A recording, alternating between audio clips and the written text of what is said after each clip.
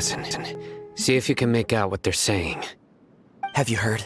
The mighty Scarlet King, the sovereign of our faith, will soon return to this world. Yes, of course I have. The Scarlet King is the one and only true ruler of this land. I've never believed in any other gods. Still, you say he's coming back, but it sure doesn't feel like life's about to change around here anytime soon. What's your proof? Haven't you noticed? The village has been getting more deranged scholars than ever. Delavar was saying that many people also went insane just before the fall of the Scarlet King's civilization in ancient times. We don't quite know why, but it seems like there's some sort of connection between insanity and the Scarlet King. Isn't it a sign of the Scarlet King's power that all the mad scholars have disappeared? If you ask me, they must have been chosen as the final sacrifice for the Scarlet King's resurrection. Huh. Now that you say it, that does make some sense. Does this mean our lives are finally going to take a turn for the better? Exactly. Those city folks will get what's coming to them. Now, repeat everything you've just said from the very beginning. Huh? Who are you? Where did you come from? My patience is running thin. You heard what I asked.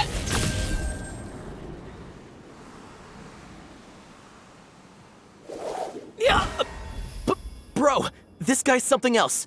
Just look at his eyes. One wrong move, and he's gonna flay us alive. Let's not get on his bad side, okay? I am no match for this guy. Oh, okay, good sir. What is it you would like to know? Tell me about the Scarlet King's resurrection. Well, I only know a few things from hearsay. I went for a drink the other day and heard others talking about a rumor that the madmen will disappear and that the Scarlet King will return to this land. I'm not making this up, I swear! Hey, go on, keep talking. It's true. It's all true, sir. We desert folk have had more than enough of those people at the academia. They keep sending us all their mad scholars and won't let us have a good life. Would you want to live like this if you were in our place? The radicals were even more thrilled than me when they heard the news. We're all praying for the Scarlet King's speedy return. Delavar also said that once the Scarlet King returns to our side, it's only a matter of time before we conquer the land on the other side of the wall. They're all willing to serve under the Scarlet King and fight for a share of the glory. Is that so? Seems like he still wants to know more. Keep talking. Got it. At first, I told myself it was just the drink talking, but then all the mad scholars vanished without a trace, just as the rumors said. Please don't beat me up just for mentioning these rumors. If I'm guilty, then everyone else around here is also guilty. I'm just saying what the others said. The people here really like the Scarlet King, but dislike the Dendro Archon.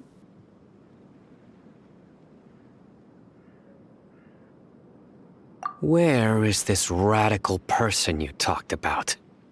I haven't run into him over the past few days, so he probably hasn't been around the village. What about you, man? Have you seen him at all? No, not at all. We wouldn't dare lie to you. He's really not here right now. Sounds like you're not too close with the radicals. No, of course not. All we know are their names. I have many ways to stop you from talking. And many others to stop you from sending warning messages. So you'd best just stay home and hope I don't hear of you trying to contact anybody. Don't do anything until I've gotten to the bottom of this. Try something foolish, and even Candace won't be able to protect you. Yes, got it. We'll do just as you say. That scared Paimon half to death. Sino is pretty terrifying. He didn't try to reassure us at all. It's like he's used to hearing that. Oh, Paimon bets lots of people have told him that before. I heard that. Sorry. It's part of being a Matra. The rumor we heard just now seems like a strong lead. But we need to check a few more places. Very well.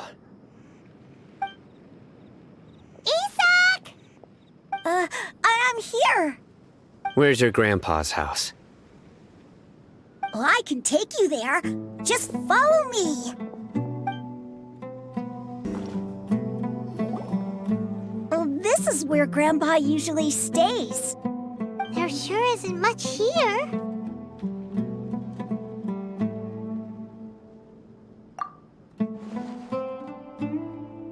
No.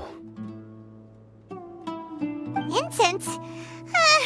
Please don't say it's the same one as before. But are you okay? Are you getting dizzy or need to lie down? There's a scent that you can sense, but I can't. A certain traveler here once passed out from that smell. Thankfully, Tighnari saved the day. And then he gave us a long lecture to explain all about how it worked. So, you know Tighnari? Huh? You know him too? Are you two friends? Yes.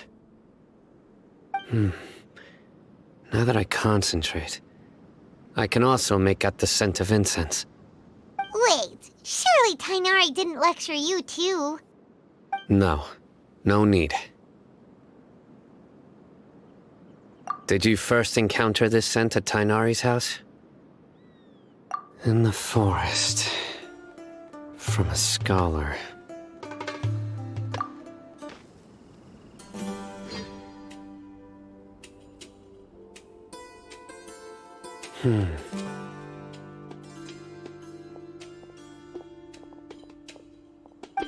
What are you looking for, Sino?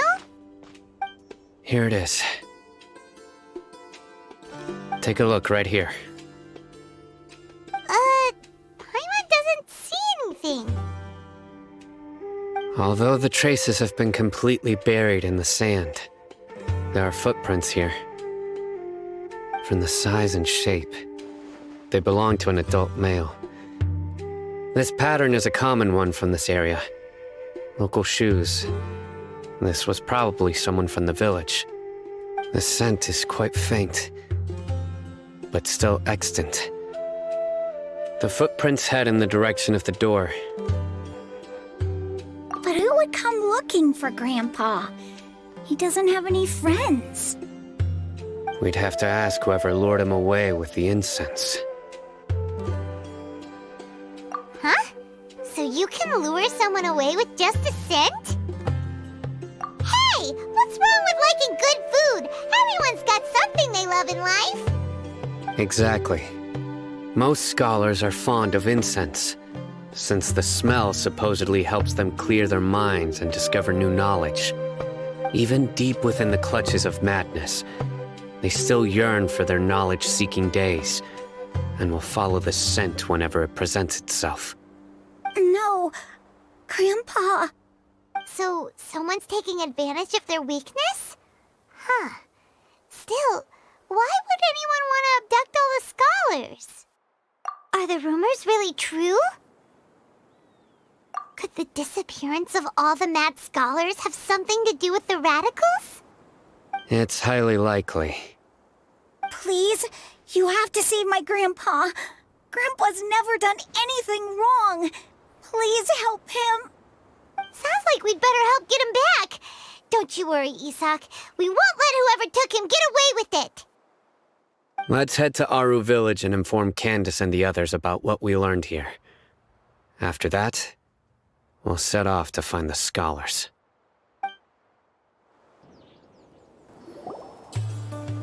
Right. The darker fabric definitely looks a lot better. That'd be my choice, too. We're back, Candace! We've got a lot to tell you. Ah, welcome back. Sounds like everyone's friends already. Oh, Dia's here too! You bet. So, everything goes smoothly? Reasonably. Alhaitham didn't go with you? We haven't seen him at all. Huh. I saw him around the village entrance earlier and figured he was investigating with you. I guess he must have gone off on his own. Did you find out anything useful?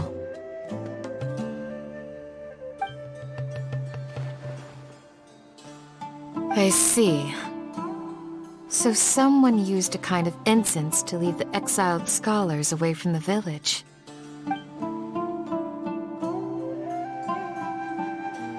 The resurrection of the Scarlet King? First I've heard of it. Far as I know, the kind of incense you just mentioned is only popular beyond the wall. Scholars are fond of it, but as you can see, there aren't many scholars still studying around these parts. No seller would be able to make a profit here. Not to mention making incense is a labor-intensive process. You won't see anybody in the desert with the patience to make or sell something that requires that kind of effort. It seems someone from beyond the wall must have been supporting this. Makes sense. So what should we do then? Do we go back to the academia and search for leads there? If it was any other day, that would be your next logical step. But today, you've got me on your team, so you get an extra tip. Didn't you say that the villager got his news from the tavern? Well, I also like to drink at the tavern, so I know a thing or two about these radicals he mentioned. If Paimon remembers correctly, the leader of the radicals is some guy called Delavar. Ah, yeah. Delavar, the scar-riddled bandit, Engur, the wide-eyed butcher, and Jabari, the duck-tailed bearded crook. The whole lot of them are known around these parts.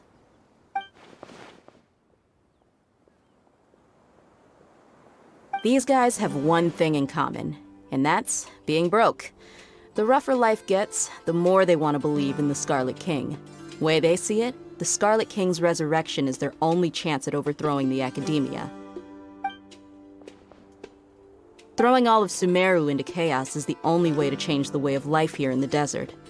Anyway, that's my guess why they've chosen to become radicals. Tia, you're amazing! You really know this place inside and out!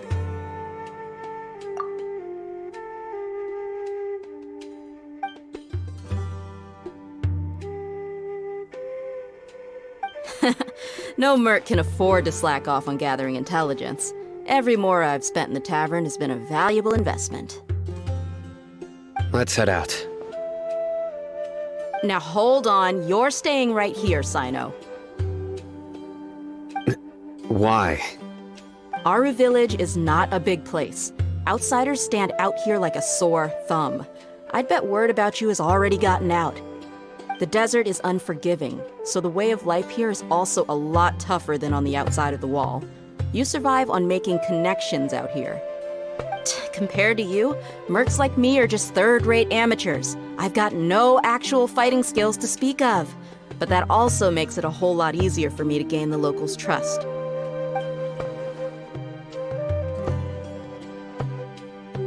I need to go around and ask some questions, but it'll be difficult if you're with me. Fine. Good. Then we've got a plan. The Traveler and Paimon will go to Caravan Rebat with me, and we'll try our best to figure out where the mad scholars have been taken. Sino, you'll have to stay in the village and continue investigating on your own. All right, sounds like a plan.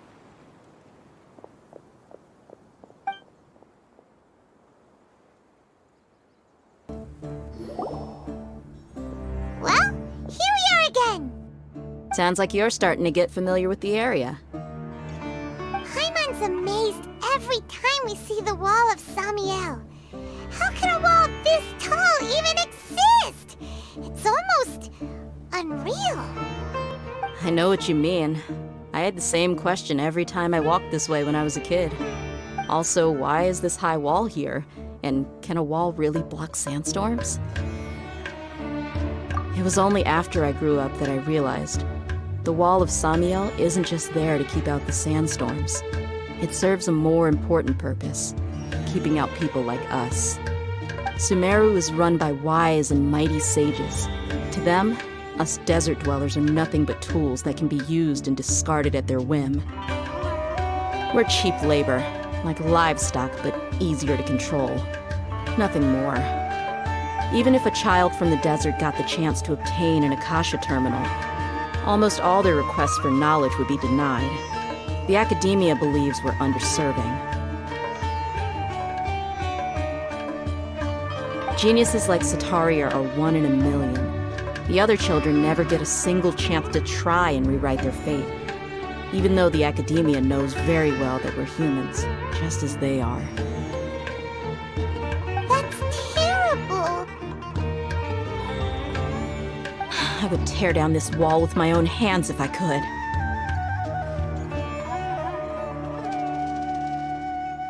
Hey, Dia. You're not thinking about doing anything scary, are you? No, not at all.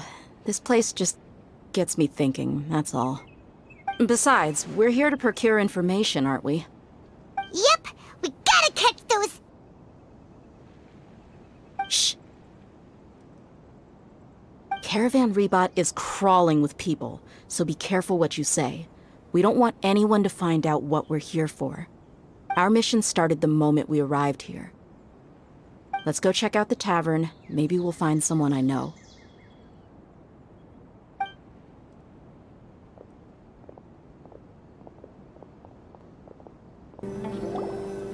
Just our luck. None of them are here today. You mean, you don't see anyone you know? Dia, is that you? What a coincidence. You here for a drink too? Zaki. Finally, a friendly face. Oh, and who do you have with you here? Guests from another land? Hello, hello. I'm Zaki. Dia's, how would you put it? Drinking buddy?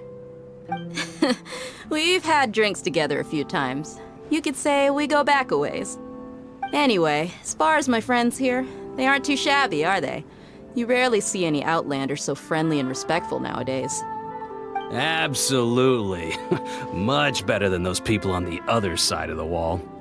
So, Dia, are you looking for someone? Yeah. Have you seen Enger, Delavar, or Jabari recently? Of course I have. Matter of fact, we were all here drinking together just a few days ago. I've got a spice trading deal from another nation. I thought maybe Delavar and his friends might be interested. Know where I could find him? Ah, how thoughtful of you. Then I assume you also know that Delavar's been having a hard time making ends meet these days, so you came here to help him out?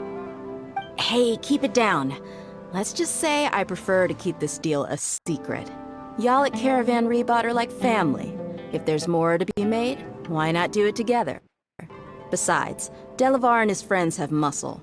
They'd be a good fit for escorting the goods. Yes, how considerate of you. Delavar's my friend too, so of course I can take you to him. Come with me.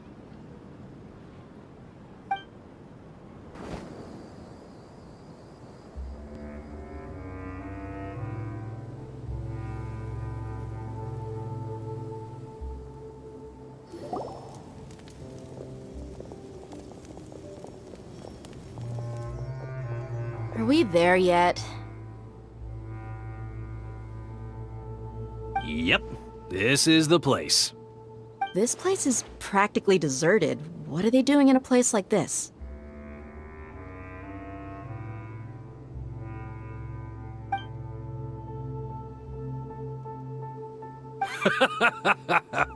Why don't you take a guess?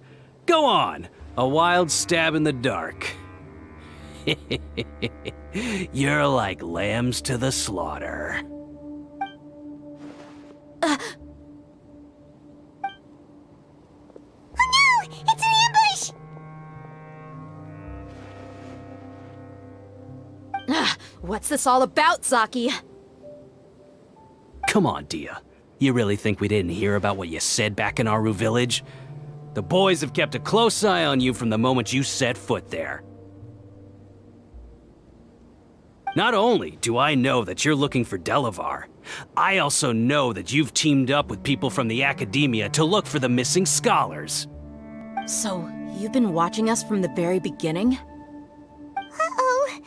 Paimon knew leaving Sino behind was a mistake! And you left the strongest one in the village, didn't you? Who do you think you are? You really thought we'd fall for your little business deal nonsense? So you and Delavar have been partners all along. Dia, I guess it's only natural for a traveling mercenary like you to be out of the loop. Those of us who hang around the tavern have stronger bonds than you think. But you got one thing right. We're all looking forward to an uprising in Sumeru. There's nothing more we'd like to see than the desert folk overthrowing the Academia. If that's the case, then I'm sure Delavar wouldn't miss a second of it.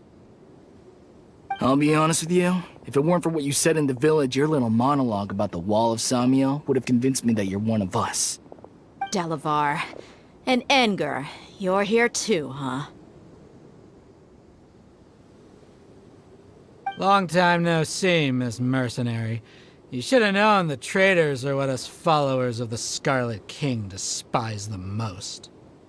Dia, I thought that you, a fellow desert dweller, would understand that the Scarlet King is greater than the Dendro Archon. Little did I know, you don't deserve to join us. Yeah, gee, what a missed opportunity. Adopting radical views and kidnapping innocent scholars, all because of some baseless rumors. Anything else I'm missing out on?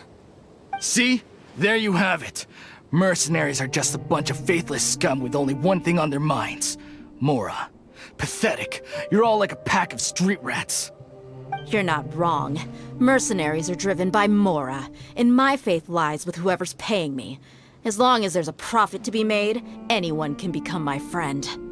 Enough talking! Get him!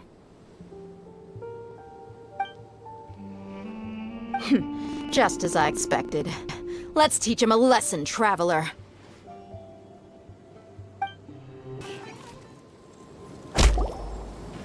Impossible! How could you? So, what do you think about your meticulous network now, Zaki? How did you say it? It's only natural for a traveling mercenary like me to be out of the loop. I'm guessing your informant told you that I'm just an incompetent merc with no real fighting skills, correct? I mean, that is what I said after all. And of course you would believe everything he reported. The only thing you know about me is that I'm a mercenary, but you've never seen me in action. Even though you heard we went to handle monsters together, you believed that Candace was the only one doing all the real fighting. That so-called Flame Mane is just a fraud. She admitted it herself. She just uses her connections to gain the trust of others. That's what you thought, right? Ugh. You lied in the village because you figured that we'd have people watching you. And you were stupid enough to fall for it. I figured as much the first time we drank together. You all thought you were so smart. Pathetic. Okay, that should be all of them. Whoa! So you've been planning this since we were in Aru Village?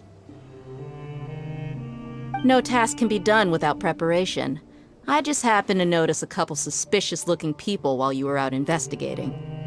Oh, but instead of catching them right away, you let them report back! Those two who were snooping around were just a couple small fries. If we want to get the real catch, we have to be patient and give it some time. Oh, you mean the funny name she mentioned back in Uncle Ampu's house? The wide-eyed butcher, scar-riddled bandit, Paimon can't remember them all. That's just a bunch of drunk talk. Enger and Delavar like to talk themselves up when they're drinking. Enger, the wide-eyed butcher, and Delavar, the scar-riddled bandit, are the nicknames they came up with for themselves. Alcohol has a way of making people share what they really think. So Enger and Delavar are always rambling in the tavern about how the Scarlet King is a superior deity. What about Zaki? He's just a numbskull who fell right into our trap. Zaki was probably the best hidden of them all. My initial plan was to find Delavar first, and then try to track him down. That's what you wanted to ask when we were at Uncle Anpu's house, right? Jabari is one of the villagers you talked to. You know, the one who wanted to treat Isak and his grandpa to some food. Wait, so he's a radical too? No, he isn't. I just needed to tack on a random villager name to make the eavesdropper think that I was making some wild guesses based on my impressions. Wow, what a genius idea! Well, that's an expert mercenary for ya. Ah, you're too kind. It was straight from the usual playbook, if I'm honest. So, that thing you were saying before, is it really true? About what? About how mercenaries only care about Mora, and that anyone's a friend as long as there's a profit. Does that bother you? What makes you so sure? Dia, do you dislike the Dendro Archon like the other desert folk? You two are pretty sharp. No, I don't have anything against the Dendro Archon. I've heard a lot of nice things about the Lesser Lord from Dunyarzad. I can understand her devotion and gratitude. Dunyarzad's just an ordinary person. There's no way a god would be so involved in the lives of everyday people, unless they were truly compassionate. I've begun to realize that the sages are behind everything that's happened recently. The radicals' blind belief in the Scarlet King, making the Dendro Archon out to be an enemy. It's all the Academia's trickery. But I see through it all. And unlike them, I can never be hostile towards anyone who's never done anything wrong. Dia. Anyway, looks like we're done with business here. Traveler, lend me a hand. Let's tie him up and bring him to the village.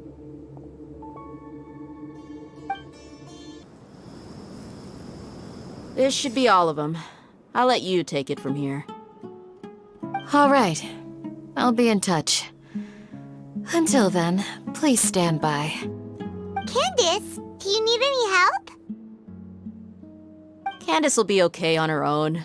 I trust her, so you can too. She's been guarding Aru village for quite some time now. If anyone is qualified to question the offenders, it's her. While I'm questioning them, why don't you pass some time by exploring the area? I'll meet you back here tomorrow morning, Traveler.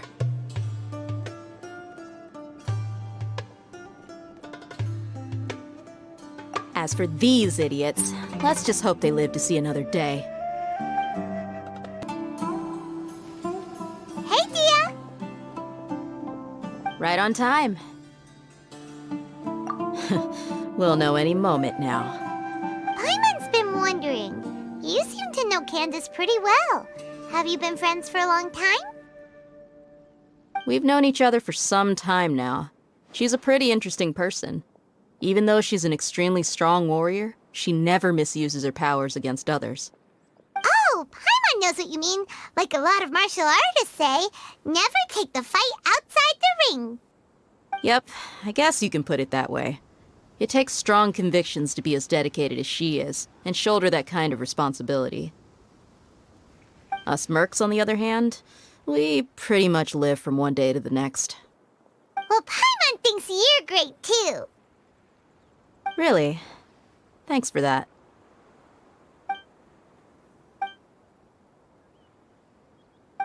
Oh, Sino's here, and he's pretty early too. Yes, I was here yesterday to help out a little. To help out? By doing what? Sharing some interrogation techniques. Oh, you mean you taught Candace some more persuasive methods? Right. Come on in, everyone. Come on, let's go inside.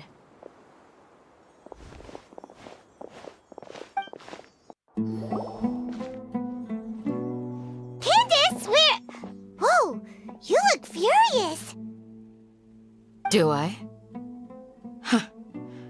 What gave it away? Oh, there's no mask that can hide true bloodlust. Cover up your eyes, and it'll still show itself at the corners of your mouth. Perhaps I need to work on my composure. Still, It's perfectly understandable why I'm angry. I'm sure everyone present would agree. Yes, ma'am. Please, don't beat us anymore. We're gonna die. Well, looks like Sino taught her well. You fear death yourselves, yet you do not hesitate to place the lives of others at risk.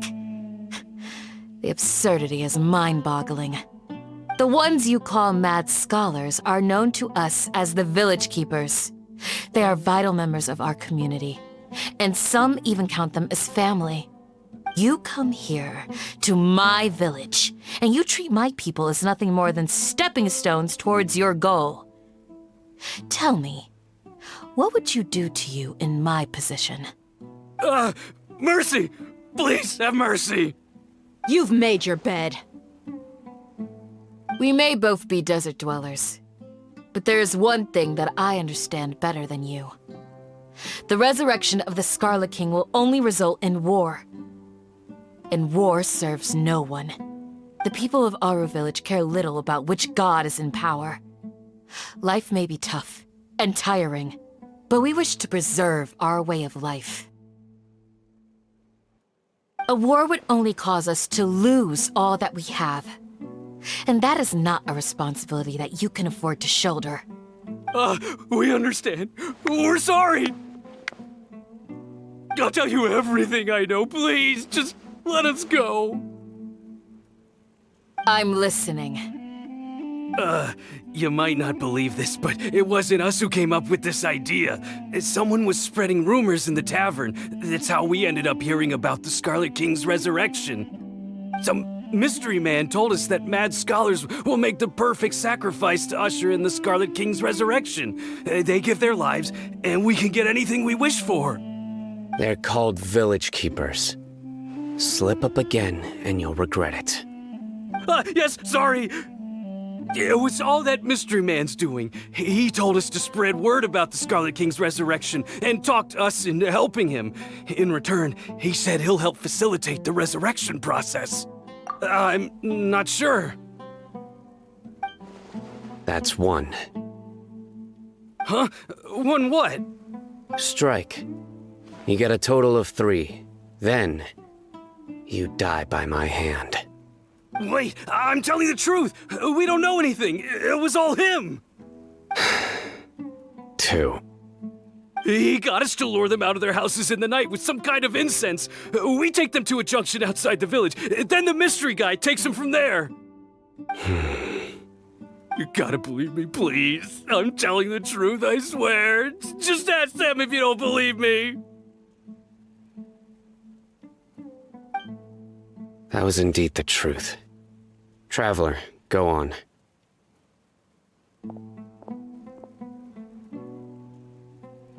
You have to believe me. If I knew that, I would have told you his name right away. I'm not risking another beating to keep his secrets. No way. That guy, he wears a cloak, and he's always careful to cover his face. He calls himself the Scarlet King's envoy. I believe I may know what's going on. Uncle Anpu? What do you mean?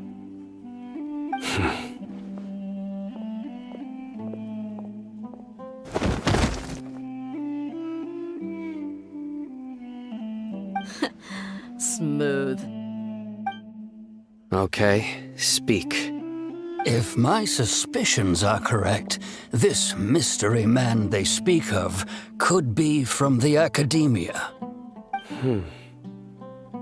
Some time ago, people from the academia attempted to take the village keepers away. I refused, insisting that they are part of our community. It strikes me now that this secretive character shares the same goal they had. Which means it's highly likely that the academia was purposely spreading a false rumor to trick the radicals into delivering the village keepers right into their hands. They were the ones who brought them here to begin with. Now they're trying to take them back? We aren't gonna let that happen. Not the academia again. Just as I thought. But what could they want with the village keepers? People are nothing but tools in the eyes of the academia. A change in their plans likely means they found another way to exploit the scholars. Regardless, our top priority now is locating the village keepers. You're right. Isak is still waiting for news on his grandpa. Time to go. Let's leave the village and try to track them down. Yes. Pack up and get ready to leave. You got it. Candace, I'll let you deal with the radicals. Leave everything outside the village to us. All right. Let's meet back here once everyone's ready.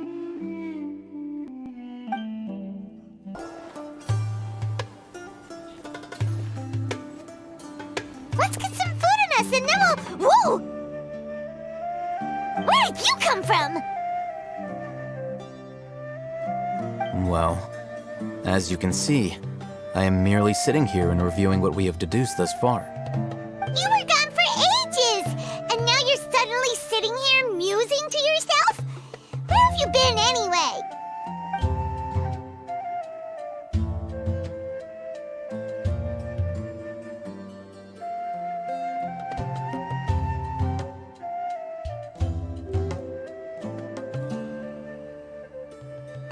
Hey, what's with the silence? You never think things through before asking questions. I'm giving you some time to make up for that. Paimon's so mad! Paimon's gonna give you an ugly nickname!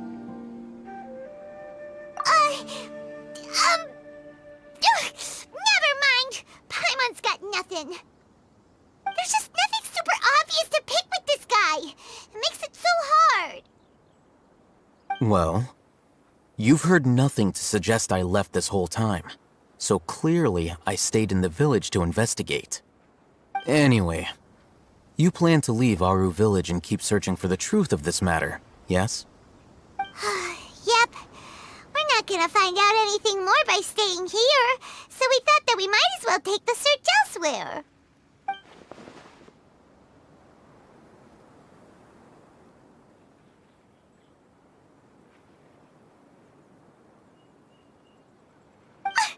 Enough with the silent treatment!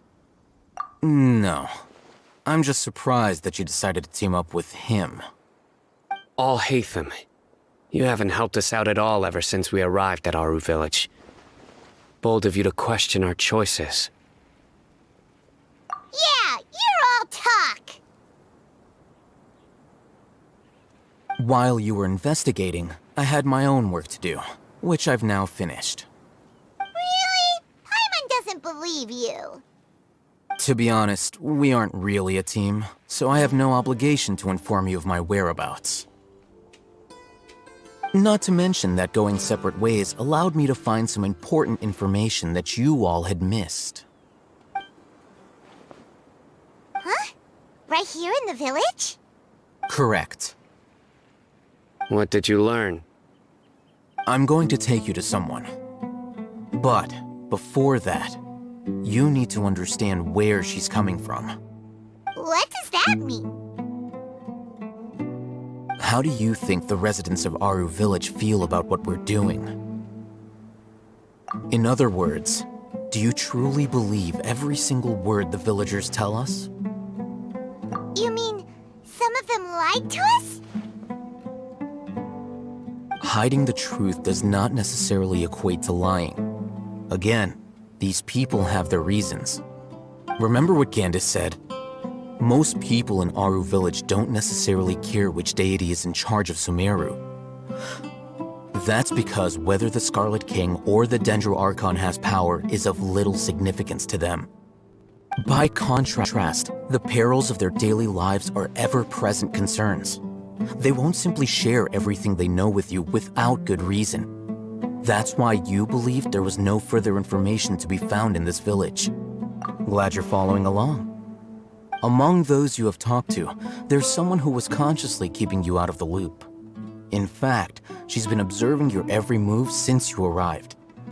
The reason being, to someone who only wants to live their life in peace, any external factors introduce unpredictability into the equation. Those fierce eyes. You look like a real fighter. Don't change the subject. It's quite obvious that she's intimidated by Sino's authority and strength. Right. You were asking about the Mad Scholars. She corrected herself mid-sentence because she's aware that there are Scarlet King fanatics in the village.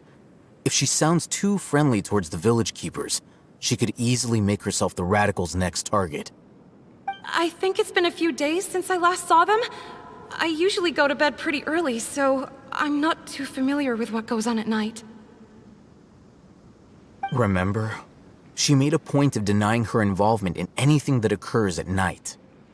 But honestly, I feel quite sympathetic towards them. Even though they act a little strange, they've helped me in the past. If it weren't for them, my house would have collapsed long ago. After speaking to the village chief, it became clear that the village keepers had protected Aru village at night. In other words, the young miss was very much awake during that time. Then why would she lie? By getting involved with an outsider, she risks drawing unwanted attention to herself. As for why she might be so wary about all this, maybe you should ask her. I'll pass on this one. You said that she is afraid of me. If so, it's best if I stay out of this. We're on it!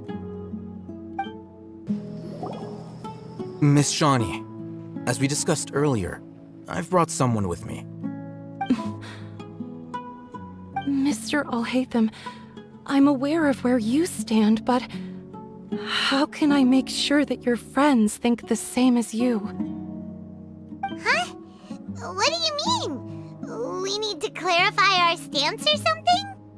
Go ahead and talk to her. You'll get the answers you want. Go on. Earn her trust. Is it really that simple? May I call you Traveler? Hi, Traveler. I want to ask you something. Do you think the resurrection of the Scarlet King can truly change Sumeru for the better?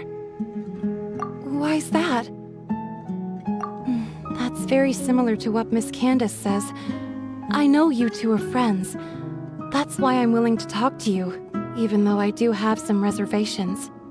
Before, I wouldn't even have the courage to ask something like this. Traveler, do you believe our lives will get better? Yeah! We came here from another nation, so it isn't wrong of you to be weary. And we aren't really residents of any one nation. But even so, we've met lots of people from different places, and we've always fought for what we believed in. We have friends in Sumeru, and we want to help them. That's why we decided to stay here for a while.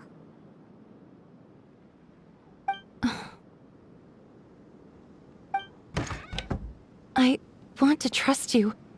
My apologies for posing my questions like that. To be honest, I didn't expect you to come back for more information. Alhaitham told us you have your reasons. It's okay. We understand. The fact is that only one side of my family is desert folk. I don't really fit in anywhere in Sumeru. Some believe in the Dendro Archon, while others believe in the Scarlet King. I don't belong to either side, and neither side would want me. Speaking of which, the Radicals mentioned that they despise traitors. Do they just think that anyone who's different from them is a traitor? Yeah. Some people can be so narrow-minded when it comes to bloodline and beliefs. It makes no difference what I say or how I behave. I'll always be suspected of having ulterior motives. Slowly, I just stopped talking to people. I pretended not to hear or see anything.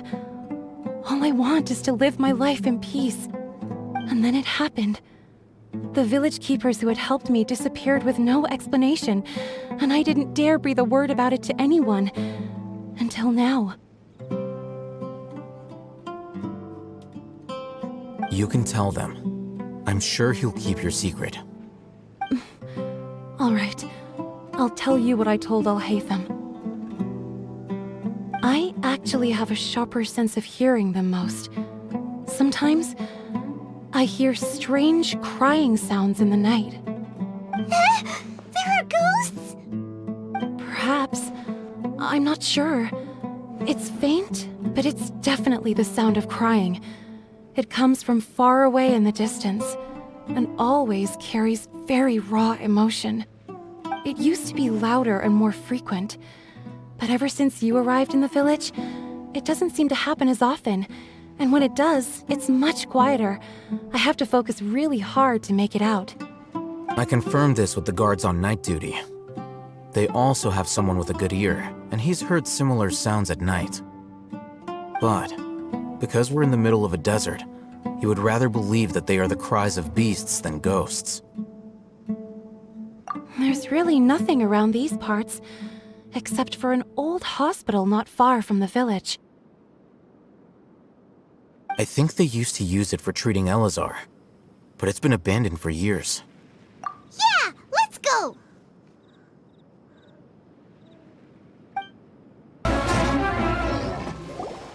Whew.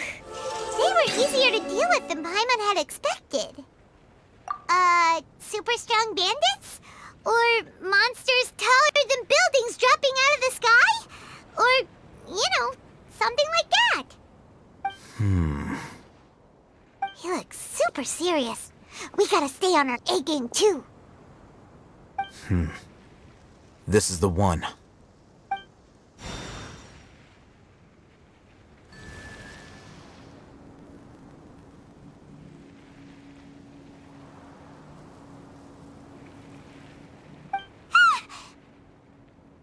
Let's go in and take a look.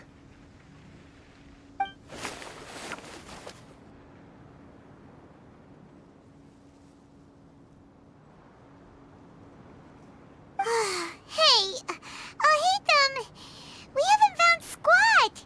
Are you sure we aren't wasting our time here? Patience. Shawnee says she only hears the crying at night.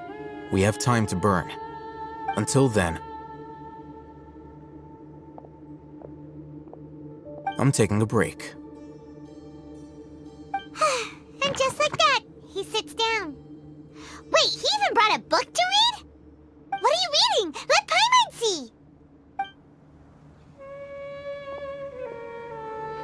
Okay, sure. Huh? The natural position, which is the positional propensity of an entity in natural motion in contrast with an object in forced motion? Huh? When free from external influences, every entity displays the tendency to follow its natural trajectory? So, you got that? Oh, Paimon gives up. You keep reading your book. See ya! How is he so relaxed? Look at him, reading an impossible book in a creepy place like this. Hey, what good is that gonna do for you? You're acting like one of those annoying grown-ups who go around nagging people to focus on their studies. Hey, what gives? Shouldn't you be the one providing for Paimon? Oh, right. Okay then. Thank you for working so hard and earning so much more. If it weren't for you, Paimon would probably still be floating around in the ocean somewhere. Thank you.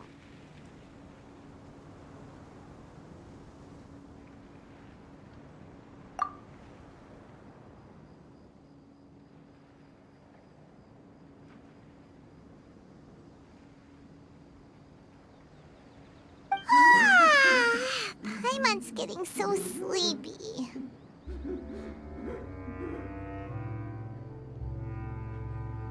Huh? What was that sound? There it is. It's coming from that direction.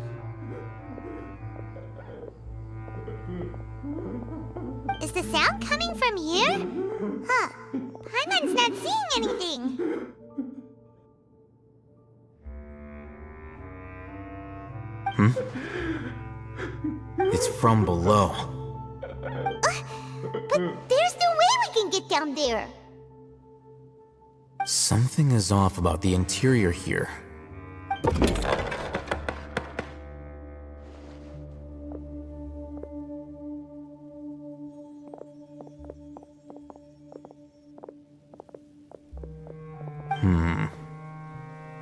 As I thought, there's a hidden structure. Wow. It's like they tucked another hospital into this one. Oh, it looks like there are other mechanisms around here. Let's keep exploring. Huh? Look, there's someone over there. Good idea. Let's approach him slowly without alarming him.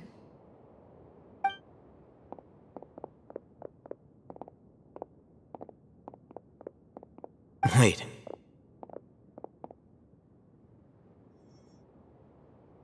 You're...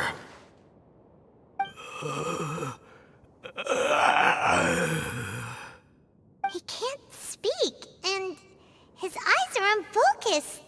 But he looks too young to be anyone's grandfather. Also, why is he the only one here? Didn't expect to see him here. You know him? He's Razak, a senior of mine at the Academia. He's a scholar too? Is he the kind that holes up in a forest and mumbles stuff about training? No. And that's the problem. Razak was never involved in any of those things.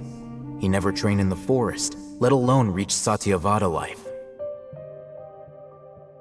Leaving that question aside for the moment, him being here alone means that we might be too late. Looks like they've already taken everyone away. For whatever reason, they left Razak here. Perhaps they simply didn't have time to come back for him. There are drag marks on the ground. They're clearer by the doorway.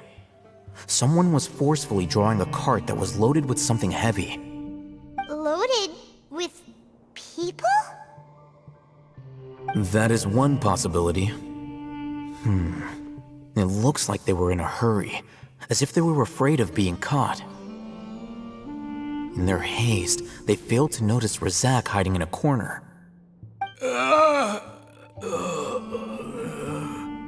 The symptoms are identical. Looks like we found living proof. Huh? Why do you say that? Allow me to jog your memory. Recall your time at Port Ormos. Don't you think his symptoms look familiar?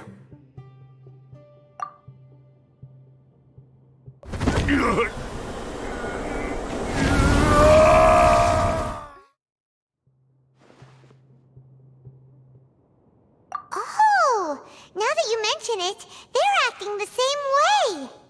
Correct. The Academia is behind all of this. It isn't difficult to deduce their rationale. First, the Academia spread a false rumor of the Scarlet King's resurrection, emphasizing the role of the village keepers, the mad scholars who were exiled to Aru village. These rumors were all the persuasion that the radicals needed, and those based in Aru village leapt into action. Unbeknownst to them, of course, through rounding up the scholars, they were actually helping the Academia. As well as being able to exploit the radicals for their own ends, this scheme has one further advantage to the Academia. All the risks and responsibilities are offloaded onto the Scarlet King's followers. Life for the desert dwellers has been brutal ever since the Scarlet King's death all those years ago. Beneath the surface, feelings of desperation are widespread. Many would give everything they have for the prospect of something better. Anyone looking to exploit that for their own ends simply needs to make a few empty promises. Even if complications arise, people will see that those involved are all followers of the Scarlet King and look for no further explanation than differences of belief. A deep-seated mistrust of the desert and everyone in it by the rest of Sumeru will make sure of that. The notion of an Academia plot wouldn't even cross their minds. It may seem like a simple strategy, but it is able to work wonders under Sumeru's current circumstances. Oh, that makes a lot of sense. It's in line with the village chief's theory, too. But there's still question. Wasn't it the academia that brought the scholars to Aru Village in the first place? Why does it want them back now? Throughout this process, one thing has changed. The scholars' identity. First, they were scholars. Then, they became lunatics. After that, they were exiles. And finally, they become missing persons. An exile is still patently a living, breathing human being. But when someone becomes a missing person, that is brought into question. If you can't find someone, you have no way of knowing what exactly happened to them. That makes missing people an ideal resource. Resource? For what exactly? One possibility is that the information in their brains could be extracted into knowledge capsules. Extracted? You mean canned knowledge comes from people's brains?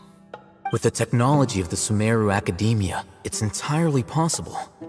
Perhaps the process caused them great suffering, which is why they cry out in the dead of night when no one is watching them.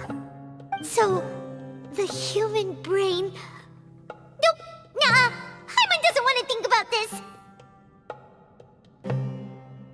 I'm the Academia's scribe, after all.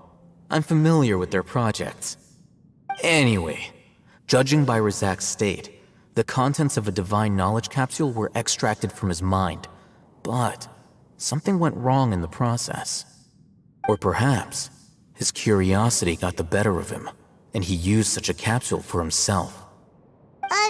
Hyman's a little confused. Can they just use anyone's brain?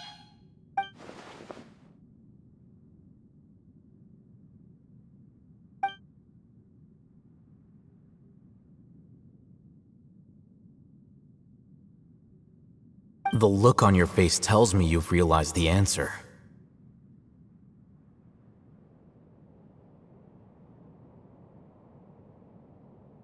That's right.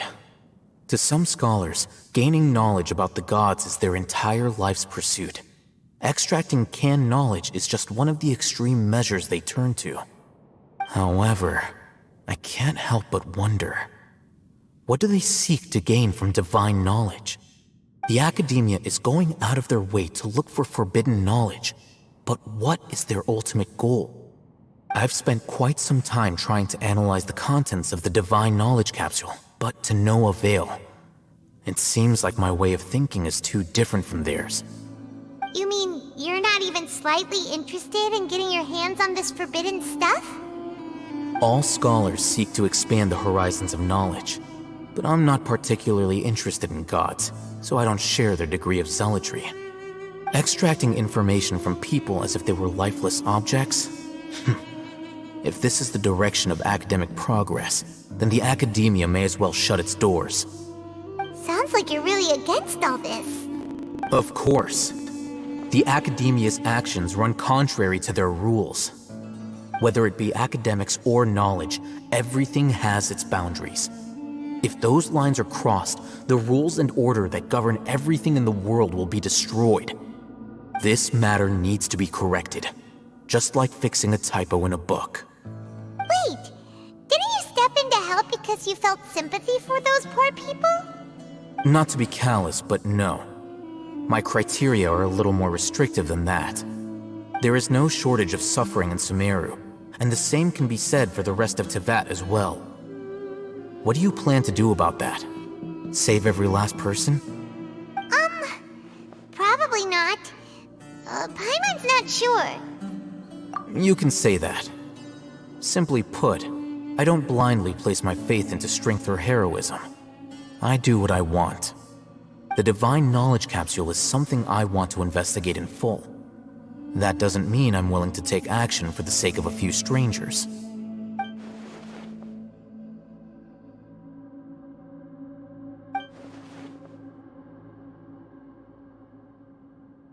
Paimon's been wanting to say this for a while. There are a lot of bad guys in the Academia, but you're not one of them. You're their weirdo. You're probably right.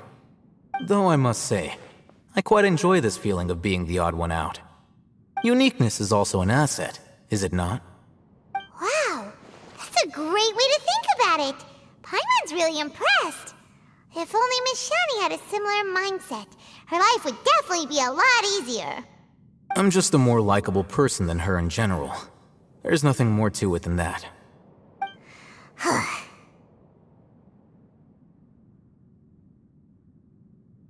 He won't last long if we leave him here. Let's take him with us. We'll work out our next step after we return to Aru Village. We're back! You must be tired. You should rest and take some water. What's the situation? Who's this? Unfortunately, somebody who's too young to take on the role of Isak's grandfather. Nevertheless, he's one of the people we're trying to find.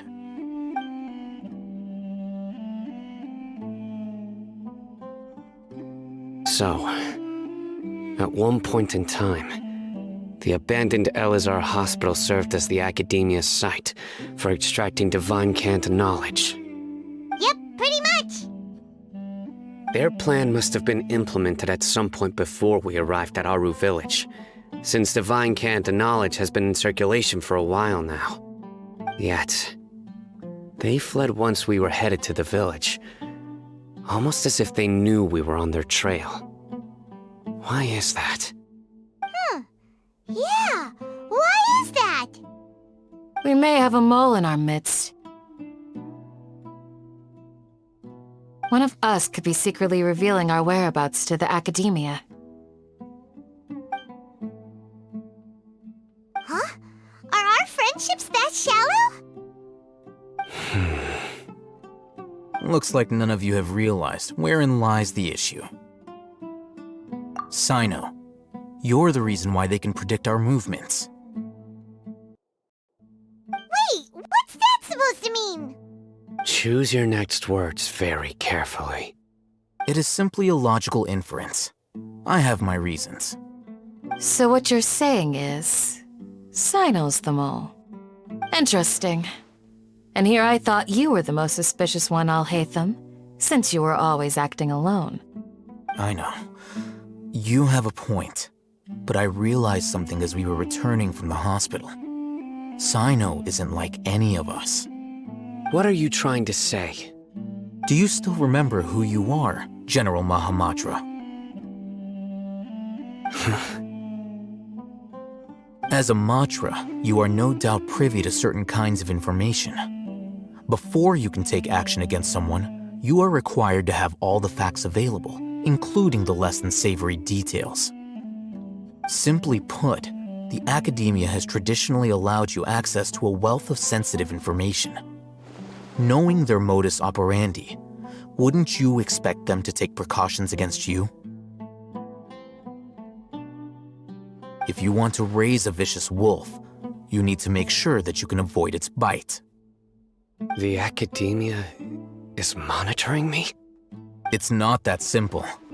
The Academia has eyes all over Sumeru, but they have a special protocol for dealing with you.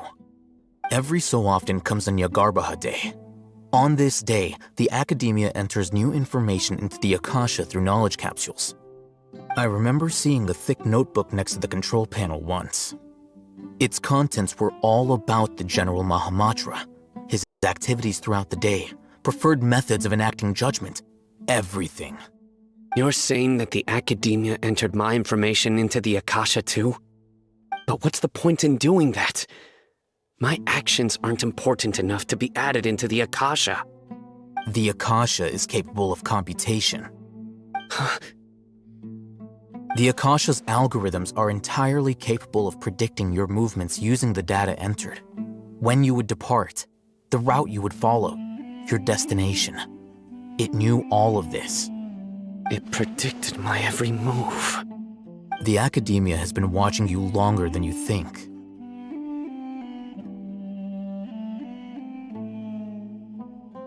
So that's how it is.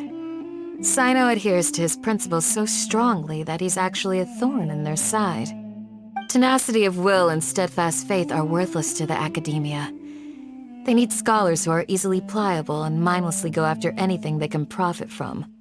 Sino, don't take it to heart. This just proves how much of a trustworthy ally you are.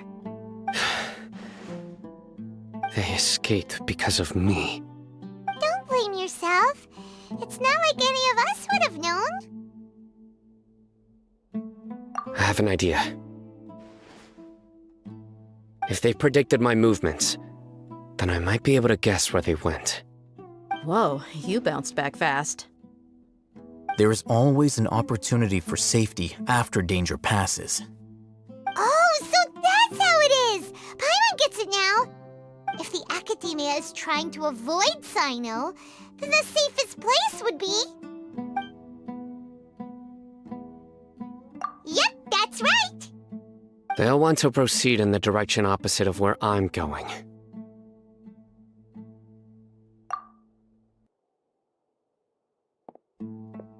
I must go. There's also something I want to investigate. Let's go, guys! After him! Please, wait! I want to go too! You want to go too? If so, you have to promise you'll stay safe. I want to find Grandpa. I promise I'll be careful and not cause any trouble. Everyone, I leave him in your hands. Yay! Let's go! Remember to pack some food with you! Paimon feels like we're missing someone, though.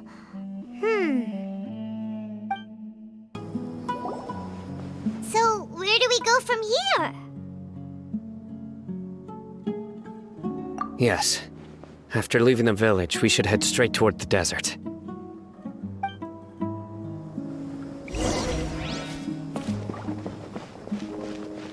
I know the desert like the back of my hand. Is that because you play here a lot? Yep. One time, Grandpa almost got lost in the desert, but I was the one who brought him back. There's something here. What's this? It's buried in the sand. Looks like we'll need to roll up our sleeves and do some work. And Paimon thought running around everywhere was already enough work. Okay. So, we have to dig it out? Whatever's down there, looks like it's buried really deep.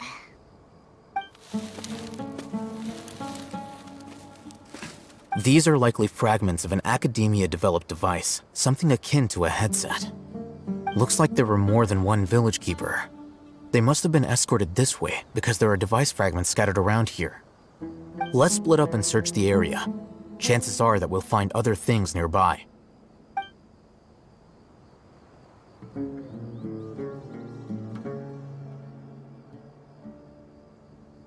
Is this what we're searching for? It looks kind of scary. This is definitely a device used to extract divine knowledge. How did it end up buried in the sand? That can't have been part of the plan. They must have been attacked along the way. Wait, what? Grandpa, I hope you're okay. Don't worry, your grandpa's gonna be fine. Razak didn't display any signs of starvation or dehydration, which means that they left fairly recently. We should be able to catch up. One more thing. Given that the device had been entirely covered by sand, I believe the attack must have happened prior to the sandstorm. Let's keep going. They can't have gone far. Don't get any closer. They'll notice us. Dia's talking with the Eremites? Very interesting. Let's listen in. If you had informed me sooner, there'd be plenty of room for us to... You're one of us. We would never lie. Scholars. You know as much as I do. Need me to... I knew it. That's our Dia. Dia? Why would you... Dia! Hey, what are you doing? Huh? Didn't you say you'd help me find Grandpa? Why are you on their side? Well, look who's here. Ain't that something? This complicates things. You've betrayed Aru village? So, this is the great General Mahamatra. Dear, you'd be better off as my assistant than hanging around with this motley crew. Seen for yourself, I have the means and methods, and my ideals are far more admirable than theirs. I'm not the type that's easily swayed, Raman. You of all people should know that. Wait, what's going on, Dia? Whose side are you on here? Shut it, Paimon. It doesn't matter. Whichever side you pick, nothing could deter us from the grand mission of resurrecting the Scarlet King. Once our Lord of Old returns to this land, we will have a new beginning. Face the facts, Raman. It's not gonna happen. You should understand that more than anyone. Have all your years as a merc taught you nothing about placing hopes in a ruler? I'm a desert dweller and a proud follower of the Scarlet King. Whether I live by the edge of the sword or in peaceful comfort, my soul will always carry this conviction. It's not too late yet. The village mad scholars aren't gonna bring the Scarlet King back to life. You don't understand, my dear lady. Pursuing our faith is our purpose in life.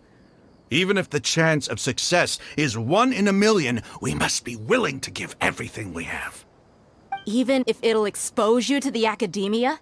Even if they end up disbanding the Eremites? Your Eremites, which you've worked so hard for all these years? Yes. We've waited a long time for this day to come. The sun and the moon no longer shine here.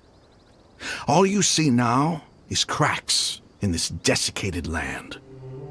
But fate has finally dealt me a hand to play against the Academia.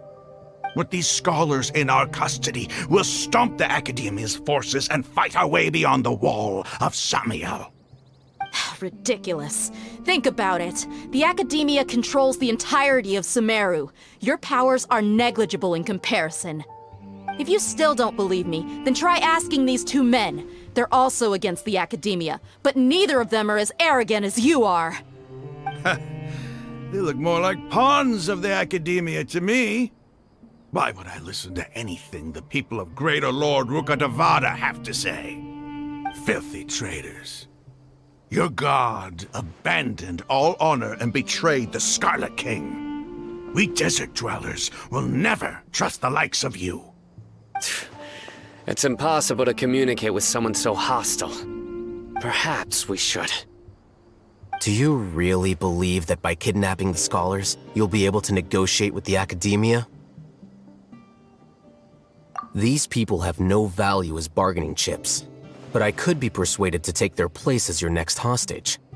These scholars were exiled from the Academia. I, on the other hand, am their current scribe, and will be a much greater asset to you. Wait, you can't be serious. So, you want to trade places with the hostages, do you? Precisely. Any wise person would gladly accept my offer.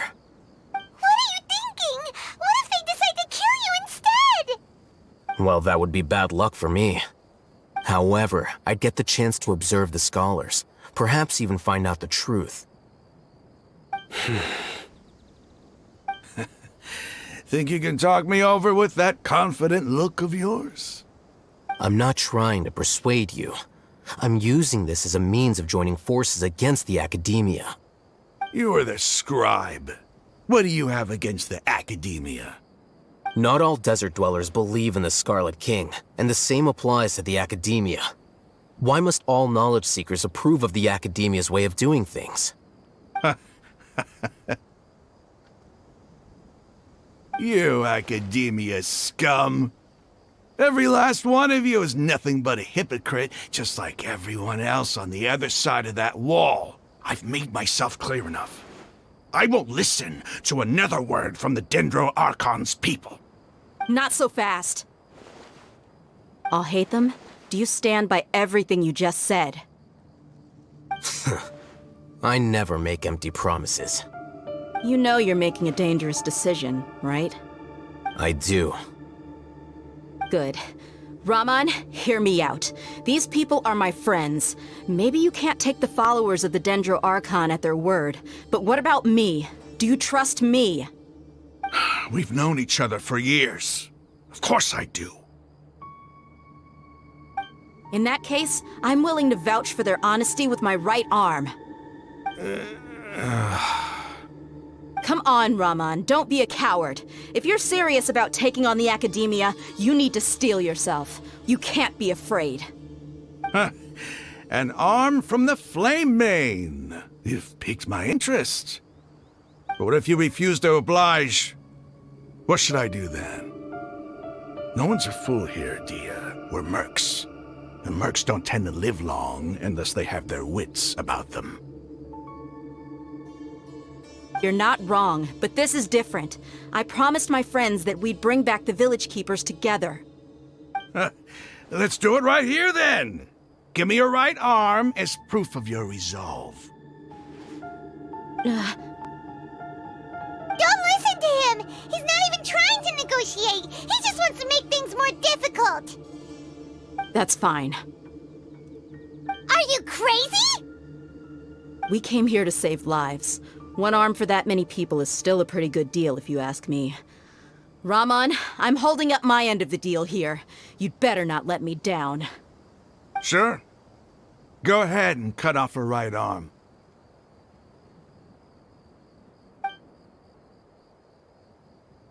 No!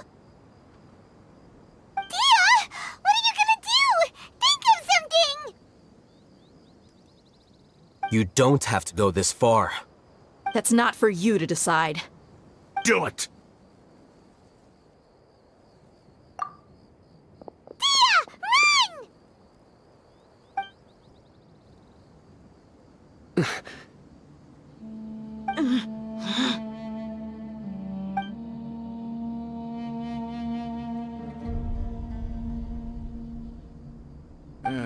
Stop!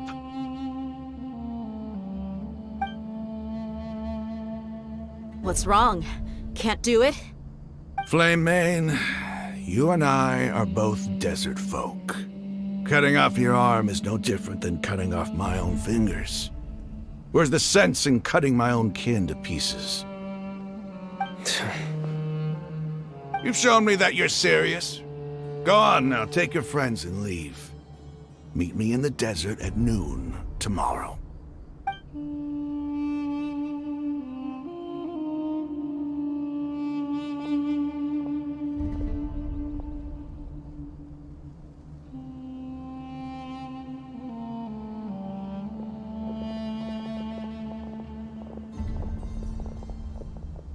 Phew. I was really counting on him not going through with it. Dia! That was crazy! Have you all lost your minds? What if he'd actually cut your arm off? Then I just have to hold my claymore with my left arm.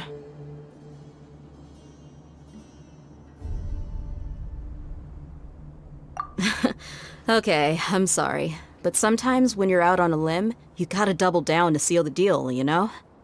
Don't ever make a promise like that again. I can deal with the likes of them. If it came down to it, you would not lose to them either. I don't doubt it, Sino. But this is about more than me and them. There's a lot more where they came from. Even if we got rid of one bunch of radicals, there are others out there. Wiping them out would do more harm than good.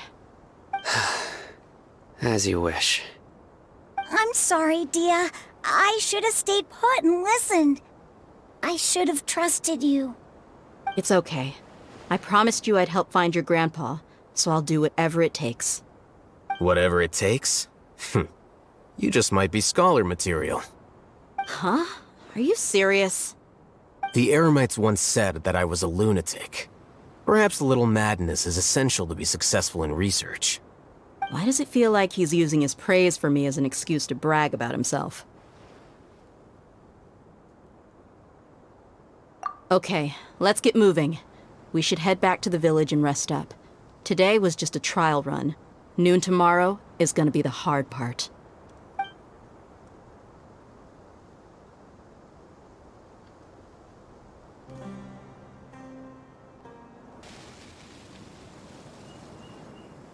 You're all here so early.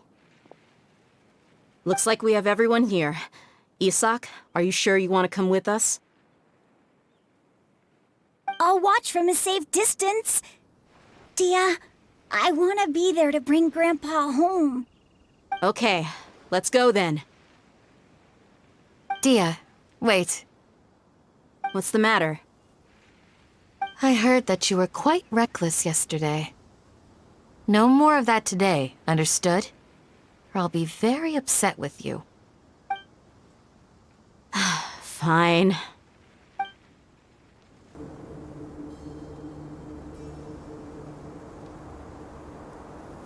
Huh. They got here before us. Uh-oh. Is it because Paimon overslept by 5 minutes and held everyone up? Is everything ready?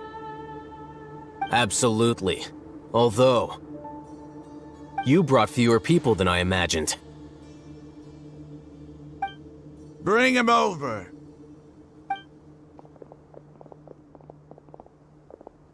Grandpa! Why is there only one of them? Rahman, I've always thought of you as a man of his word. What's this about?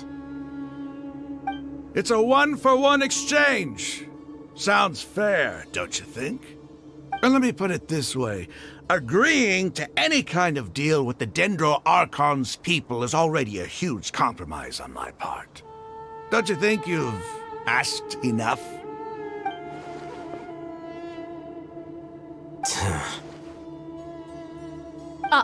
You stay right there!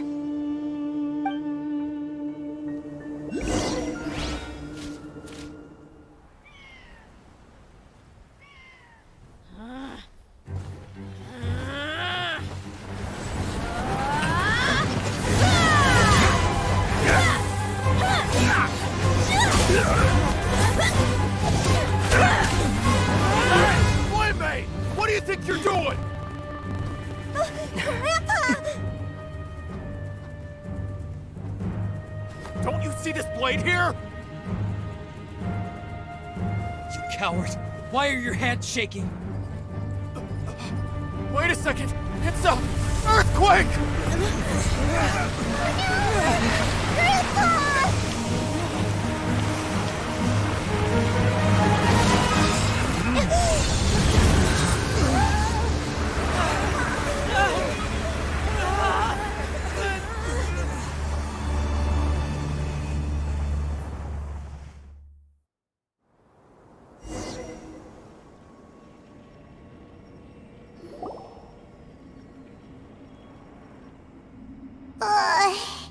Paimon's dizzy.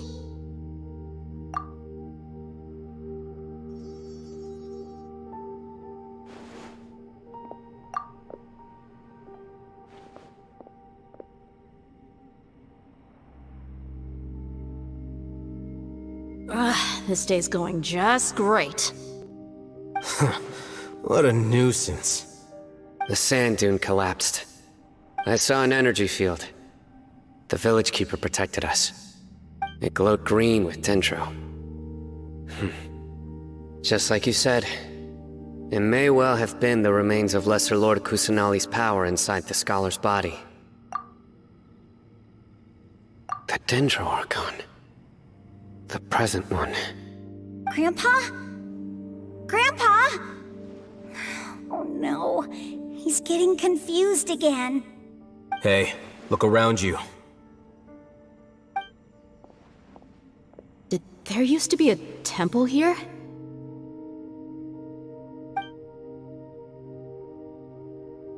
It seems that when the sand dune collapsed, it exposed these underground structures. The symbols on the gate belong to the Scarlet King's civilization.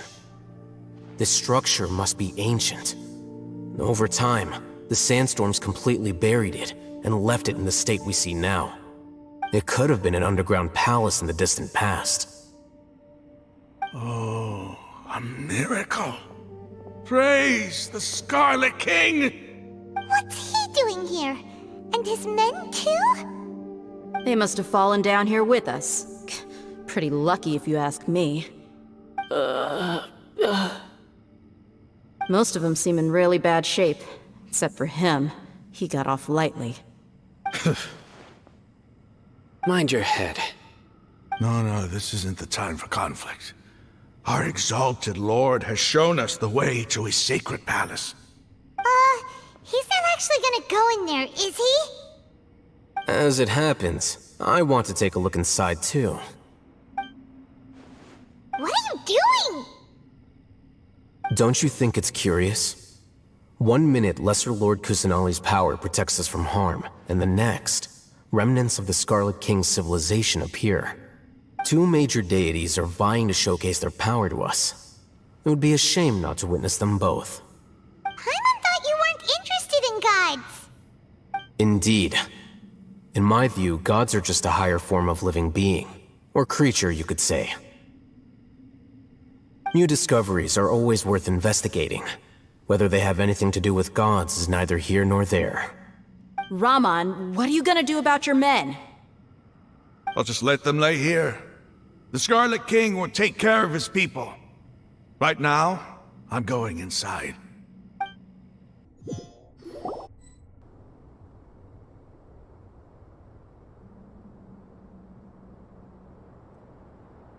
It's full of life here.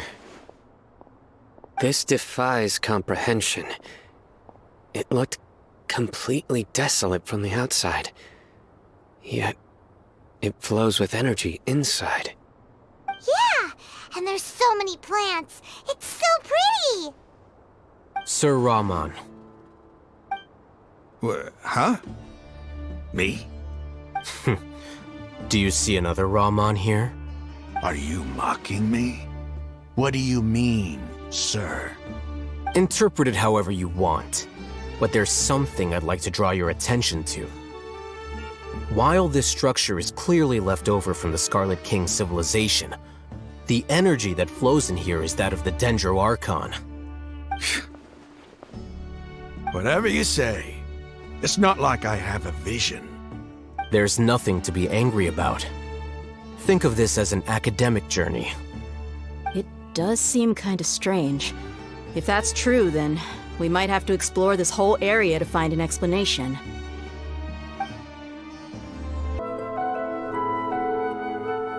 Wait. What's that?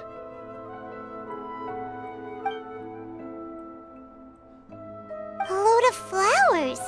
And it looks like there's something among them. These are Scarlet King runes. They left something behind. Yes. It's an elegy written in an ancient script. What does it say? Here lies our faithful priest Kasala. His wisdom is a miracle among the people, deserving of high praise and admiration. You can read ancient Scarlet King script? Of course. Every student needs to master at least 20 languages before they graduate. He's not serious, right? There's still something off about this place. The elemental energy here is too concentrated. The scent of life. Is it trying to tell us something? Is this it? Analyzing.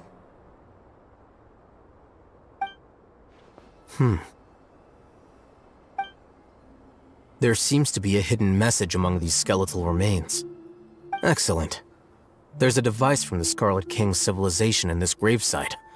I'll transmit the information over and project it for everyone to see.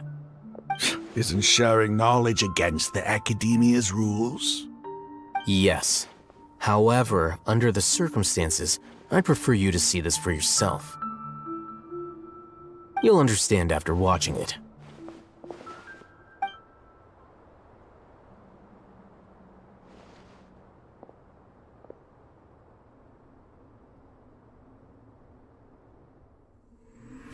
Civilization is born of knowledge. but so too can knowledge be its demise. A disaster caught us unaware. It was knowledge that did not belong to this world. The Scarlet King brought this forbidden knowledge into our world, and it quickly spread like a plague. People's minds were filled with crazed whispers. Dark gray scales spread across their bodies. Even the land was stripped of its vigor. Only a desperate, deathly silence remained. Were it not for greater Lord Rukkhadevata from the forests, the damage would have been irreversible. She summoned the priests to build temples and infused into them the divine power of life. The disaster was miraculously tempered, and the embers of our civilization were preserved in Aru village. Alas, the miracle could not last. As long as forbidden knowledge continued to exist, it would forever blight this world. In the end, the proud king of the desert, my eternal lord, chose to sacrifice himself. I have spent my whole life since guarding one of these many temples. But now, my duty is coming to an end. As I close my eyes for the final time, the sight of that noble deity will appear in my vision once more. In helping the Scarlet King to eradicate forbidden knowledge, she exhausted her strength, and her form became that of a small child. How strange. Now that I think of her, I no longer have any fear of death, for I sense that the spirit of life will abide with me during my eternal sleep. Children of the desert, cling no longer to past grievances, but hold tight to the memory of this act of benevolence. What was that? The priest's memories. No, impossible. Greater Lord Rukkhadevata. So the former Dendro Archon and the Scarlet King were never enemies at all. But this doesn't make any sense. The Dendro Archon's followers, they're clearly... Was that the former Dendro Archon? She became so tiny in the end.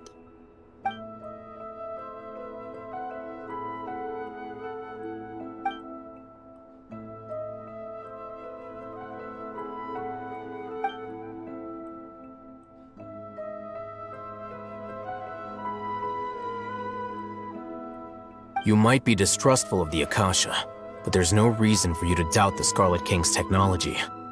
You've just witnessed his priest's last words. I've never heard about any of this before. The surviving followers of the Scarlet King all gathered in Aru village. Our god did not make mistakes. We refused to believe any of the rumors. The Scarlet King's death, the all but total annihilation of our civilization, it was all Greater Lord Rukkhadevata's doing. We saw her as nothing more than a traitor, who stabbed us in the back in our moment of crisis. Just like us humans, fighting, feuding, double-crossing each other to survive in the desert. You were blinded by your prejudice.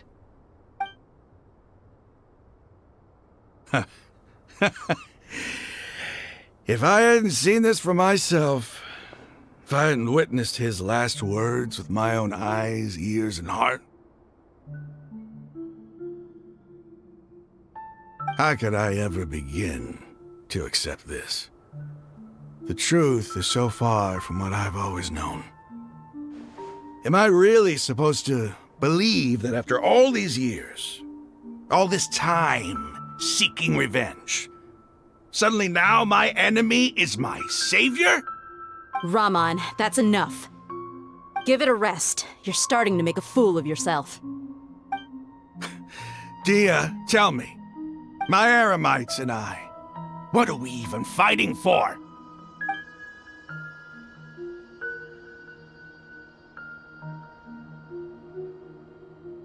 Hey, how you doing? I'll live. Thanks. I should probably go. Can't just stay here forever. What's your next move gonna be? Oh, I know what you're going to ask. I feel deeply ashamed of everything I've done. You'll get everything you're asking for. But please, give me some time. After everything that's happened here today, somehow I need to explain it to the others. It's not gonna be easy. Well, I guess that's for me to deal with. Dia, this is where our camp's located. Make a note of it. When would be a good time for us to go? Tomorrow, I'll convince everyone that we're all on the same side. And I'll return every last one of your your village keepers. We'll share our other resources with you, too.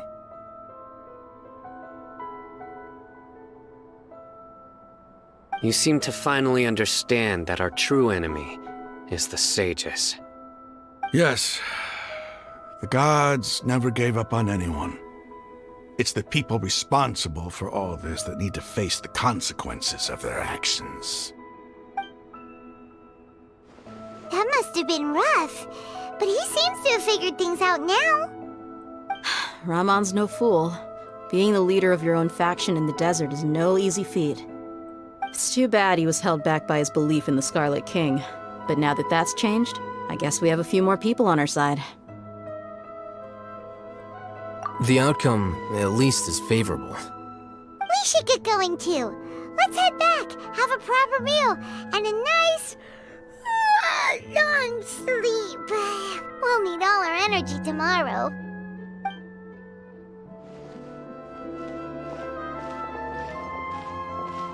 Sino,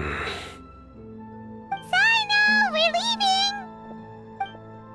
Stop yelling.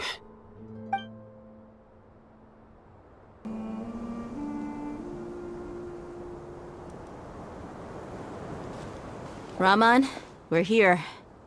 Everything's been arranged. Someone will bring the village keepers back to Aru village shortly. I guess all I can say now is, thanks for agreeing to help. Don't mention it. I think we can both agree you went to hell and back for it. But we share a common cause now. From here on out, we're allies. Where are the perpetrators? I'll bring you to them. Follow me.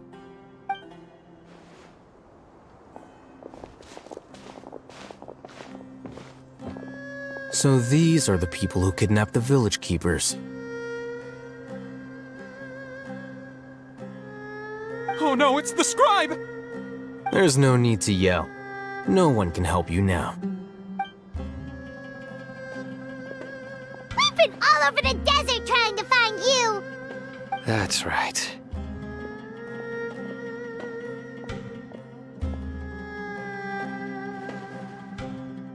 General Mahamatra? No, no! Make it quick, please! Swift and painless! Whoa. The moment they set eyes on Sino, they turned pale like they've seen a ghost! You should have known that I would be coming for you. Wait, we were just following orders. You know what I'm talking about, right? There's no way we could have done all this by ourselves. No, not Sino. He's gonna tear us limb from limb. I could do worse. Please have mercy. Start talking. Otherwise, I'll have to resort to other methods. So, your superiors have kept you quite busy recently. Why? What are they trying to accomplish? They wanted to extract canned knowledge. Don't play dumb. You know what I'm really asking. They extract divine canned knowledge. Then what? I really don't know how to explain it. Well, you better start talking or you'll be sorry! You don't want to make things any more difficult for yourself, do ya? Be my guest.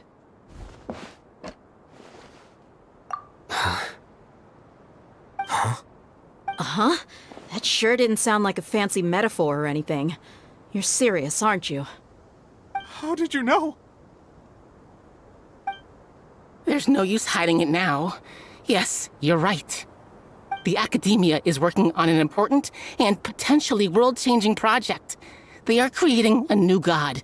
A god that will belong to them and to the people of Sumeru. It may seem as if Sumeru's academics are thriving, but ever since the death of Greater Lord Rukkhadevata, scholarly breakthroughs have been few and far between. The withering of Irminsul has been getting worse recently. The sages have tried everything they could think of, but nothing's worked. I'm always hearing them say things like, if only Greater Lord Rukkhadevata was still with us. Continue. And then, someone from the Fatui showed up. They called him the Doctor. He brought a gnosis and said he wanted to borrow the Academia's research facilities. The Doctor was previously expelled from the Academia. At first, the sages looked down at him in disdain. But when he said those words, everyone's expression changed. He asked them, "Do you wish to create a god?" This is what the arrogant ignorance at the extreme end of academia looks like. First, the Academia spent a long time constructing a divine vessel, which was based on an exquisite humanoid puppet. After that, they harvested dreams via the Zeb-Zerus Festival Samsara, maximizing the Akasha's output. With the Doctor's help, and the Akasha now functioning at maximum efficiency, they were able to use it to extract the power from the Gnosis and convert it into a divine core. Next, they decided that their new god needed to possess divine wisdom. For that to happen, they needed a huge quantity of divine canned knowledge. It adds up. But how do you determine whether the knowledge extracted is of divine origin? Call it an educated guess? The Academia has been trying to figure out the exact source of the scholar's madness for centuries, but to no avail. Nobody can explain the cause of this phenomenon. Surely you can see what that implies, Scribe Alhaitham. If it's knowledge no mortal can comprehend, then it must be something only gods are able to decipher. In other words, it's the source of the God of Wisdom's omniscience and omnipotence.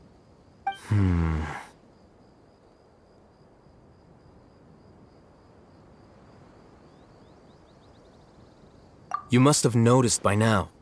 The Academia doesn't care about who their god is. It's the ability to exercise control over knowledge and wisdom that matters.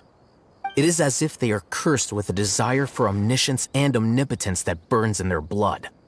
Some organisms demonstrate phototaxis, and thus orient their entire lives in respect to sources of light.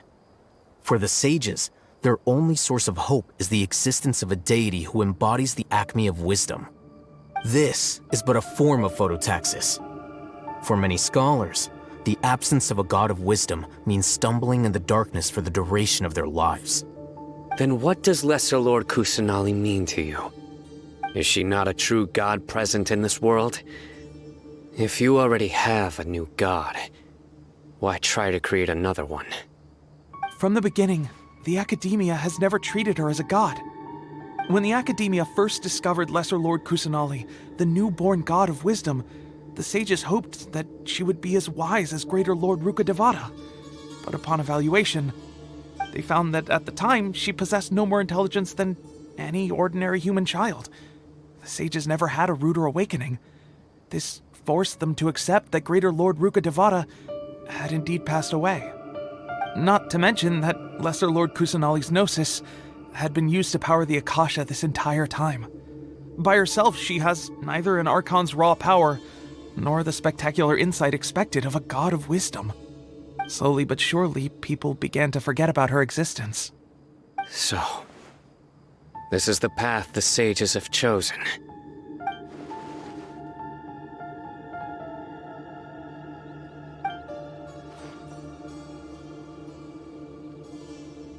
All right, let's try to keep our cool. If everyone's in a bad mood, then let's change up our scenery. Rahman, give me a few men to help us escort the village keepers back to the village. And these 2 scholars, they're coming too.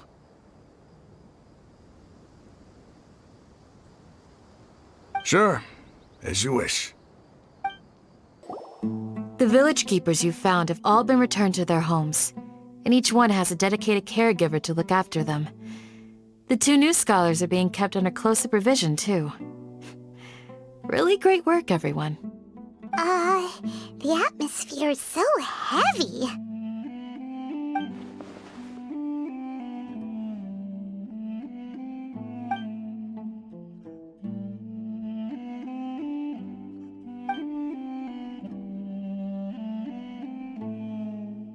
Hey! Say something! Stop spacing out! Come on, is there nothing left to talk about? In that case, let's all get some water and try to think about something else. Or I can go fetch some snacks. Oh! Paimon's so coming with you! Do you have any plans, traveler? Gods above, you're not talking about work, are you?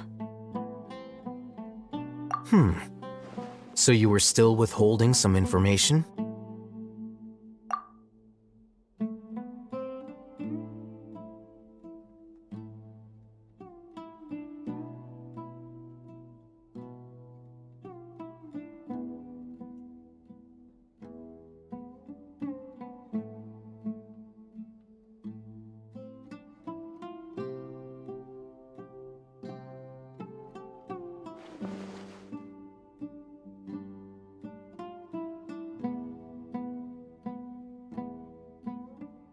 Even though we lived through all of this firsthand, it still feels super surreal to hear you talk about it again.